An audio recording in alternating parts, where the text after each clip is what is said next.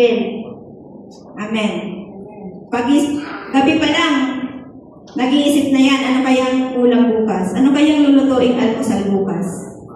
Tama. Abala sa pag-iisip yung mga nanay sa mga tungkulin sa araw-araw. Pero itong ating binasa sa Joshua 1:8, may mga utos dito yung Panginoon, pero laging may kalakip na pangako. Dito sa verse 1, ang sinabi dito na, pagkamatay ni Moses na lingkod ni Yahweh, sinabi ni Yahweh kay Joshua na anak ni Nun at lingkod ni Moses. Verse 2, patay na ang lingkod kong si Moses, ngayon humanda ka at ang buong Israel, at tumawid kayo sa ilog Jordan, patungo sa lupang ibinigay ko sa kanila.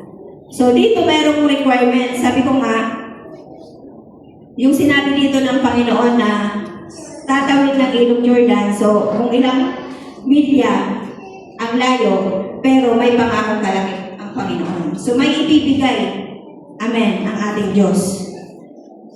So sa atin bilang pagsunod natin sa Panginoon, sadyang may mga challenges. Pero kapag pinag-aaralan natin lagi ang salita ng Panginoon, laging may kalakip na pangako ang ating Diyos. Amen. Wala siyang iniutos sa atin na walang pangako. Amen. Kaya, kung ating pag-aaralan araw-araw ang salita ng Panginoon, hindi po tayo makakaramdam ng kapanghinaan. Kasi bakit? Tanging pangako lamang ng Panginoon ang punong-puno ng pag-asa. At makatitiyak ka, sabi nga dito sa verse 5, walang makakagapi sa iyo habang ikaw ay nabubuhay. Sasamahan kita gaya ng pagpatnubay ko kay Moises, hindi kita iiwan ni hindi pababayaan man. Amen. Salita ng Panginoon ang sadyang makakapagpalakas sa atin. Amen. Kaya kung ano man yung sitwasyon o dinaranas mo ngayon, tandaan mo ang pangako ng Panginoon. Kaya lang, minsan, hindi nakakaranas tayo ng kapanghinaan kasi bakit? Hindi natin napag-aaralan araw-araw ang salita ng Panginoon. Ang mga nanay po, laging may habilin yan sa anak.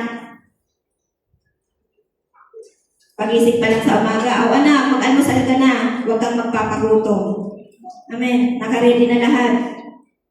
Kapag hindi ka pa marunong magluto, nire-ready lahat ng nanay yan. Damit mo, pagkain mo, planchado lahat. Minsan, aalis ka na nga lang, hindi ka pa nagpaalam.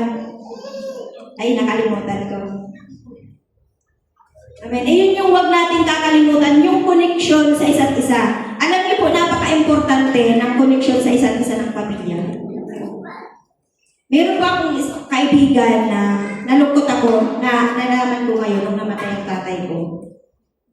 Nakakwentuhan ko yung kapatid niya. Kinumusta ko, mga kababata ko yung araw na high school ako sa Tanay-Rizal kasi ako nag-aaral.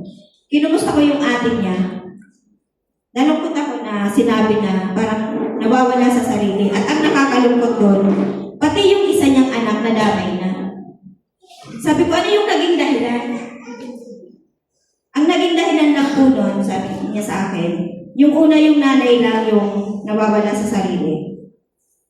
Hanggang dumating sa punto yung anak. Kasi hindi sila nag-uusap sa bahay.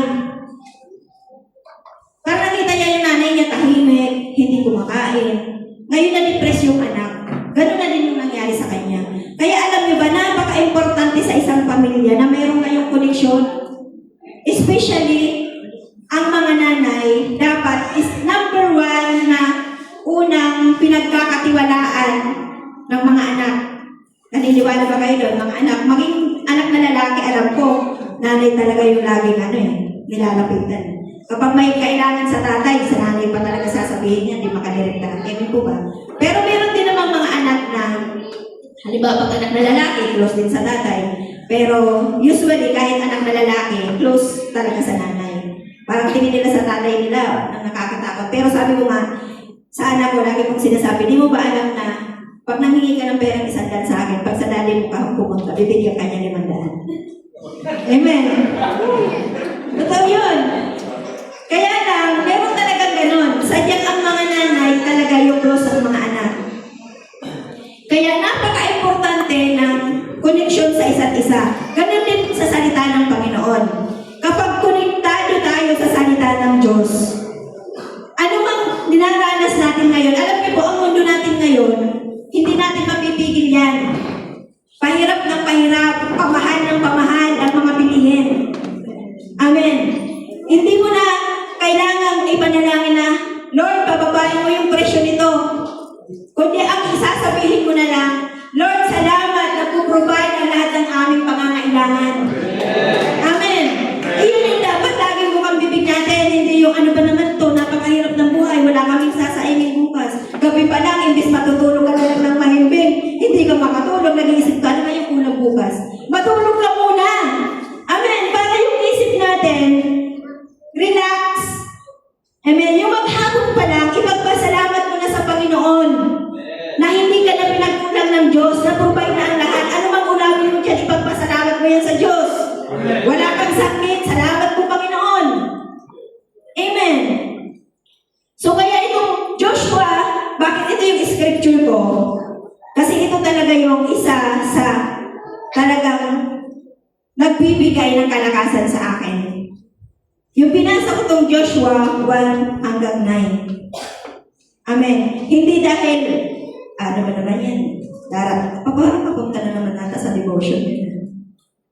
Amen. Laging reminders lang to, hindi para. Dito that time si Jesus, nakakausap pa. Amen, ni Joshua. Pero ngayon, hindi na si Lord yung bababa para kausapin ka. Andyan, sabi ko nga number 1, nanay, magulang. Amen. Kaya, minsan nakakalungkot na mayroong magulang na kapag hindi pa nakakilala sa Panginoon at yung anak niya nakakilala na sa Diyos, ang tingin niya sa anak niya kailangan perfect. Ano ba naman yan? Nag-church ka pa naman. Tama po ba? O minsan naman, kapag ang magulang naman yung naunang dumalo sa church, kailangan yung anak makita din sa magulang, hindi nagkakamali. Alam niyo po, habang nasa mundong ibabaw tayo, ang importante, huwag nating sadyain yung pagkakamali. Amen. Kung hindi ka pa kumilala sa Panginoon, lahat ng mga bisyo nandyan. Pero kapag once na tinanggap mo na ang Panginoon, kung dating palamura ka, dating lasinggero ka, lasinggera ka, dating wala kayong pagkakaunawaan sa bahay, once na kumilala ka na sa Panginoon, lahat ng alam mo na hindi ka looban ng Diyos, tatalikuran mo na. At huwag natin iasap, mga magulang, na once ang ating mga anak nasa loob na yan ng church, ang church na yung may kaya-kaya magdisiplina. Alam niyo po, ang church ay nagko-comfort lang yan sa bawat isa sa atin. Number 1 na magtuturo ng mabuti sa mga anak, walang iba ang magulang. Amen. Hindi po ang church. Thankful lang tayo na kapag ang anak ninyo, kaya kung meron kayong mga anak o mga nanay na wala pa sa Panginoon, iyon ang sikapin natin. Kasi alam niyo po, kapag ang anak, ang sinisikap po natin, yung vision natin, na to win soul and make disciples, na kung bakit sinisikap natin ang mga tao nasa labas, dalhin natin sa church para mabago ang buhay. Amen. Kasi hindi po tayo bilang tao ang may kakayahan na mabago ang buhay ng isang tao, kundi tanong Diyos lang.